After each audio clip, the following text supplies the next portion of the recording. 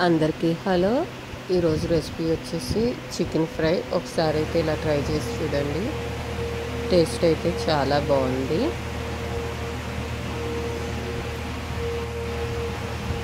సింపుల్గా అయిపోయే chicken fry అండి.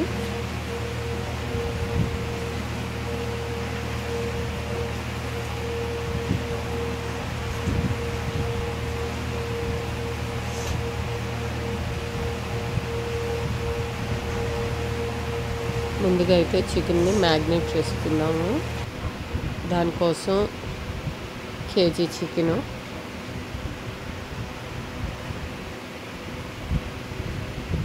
శుభ్రంగా కడిగి అయితే కేజీ చికెన్ తీసుకున్నాను. ఇందులో సరిపోయినంత ఉప్పు,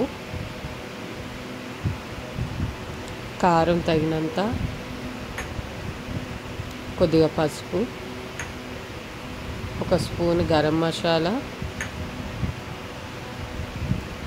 కొన్ని వెల్లుల్లిపాయలు పట్టు తీసినవి, అలానే ఒక 3 పచ్చిమిరకాయలు, అల్లం వెల్లుల్లి పేస్ట్, ఇవన్నీ వేసి చికెన్కి బాగా పట్టేదాకా కలపాలి.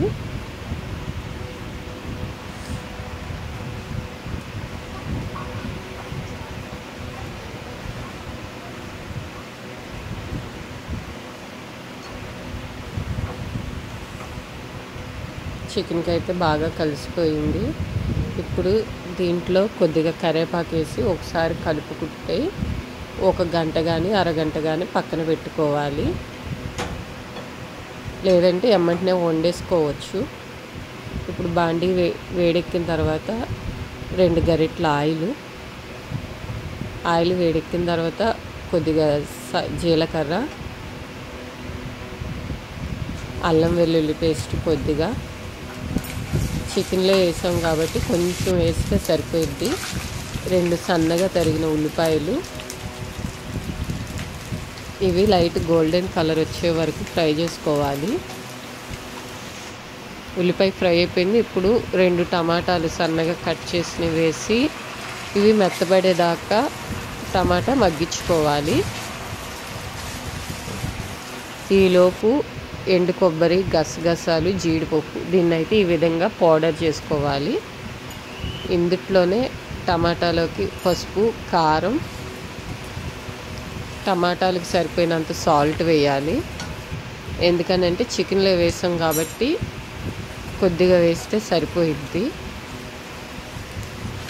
ఇవన్నీ బాగా ఫ్రై చేసుకున్న తర్వాత మనం కలిపి పెట్టుకున్న చికెన్ని ఇందులో వేసేయాలి.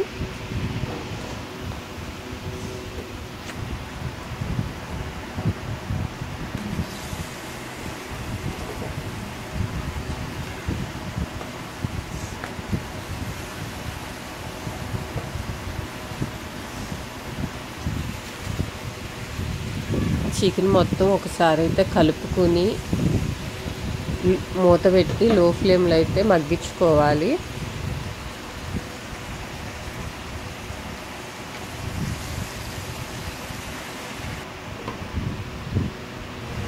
చికెన్ మగ్గిపోయింది. ఇప్పుడు మనం మిక్సీలో పట్టుకున్న కొబ్బరి పొడి అయితే వేసి ఒకసారి కలుపుకోవాలి, ముక్కలకి బాగా పట్టేదాకా.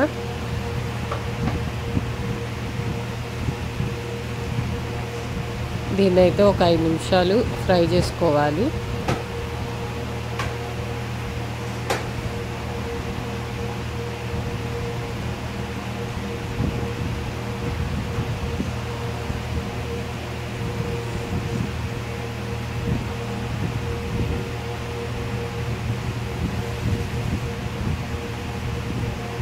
ఇది మొత్తం కలిసిపోయింది.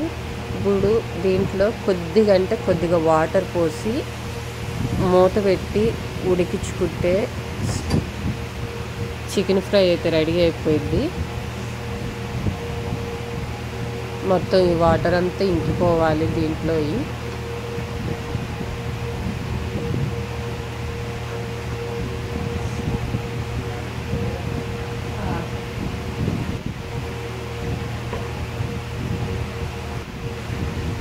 లాస్ట్లో కొద్దిగా కొత్తిమీర వేసి ఒకసారి అయితే కలుపుకుని ఫ్రై చేసుకుంటే చికెన్ కర్రీ రెడీ.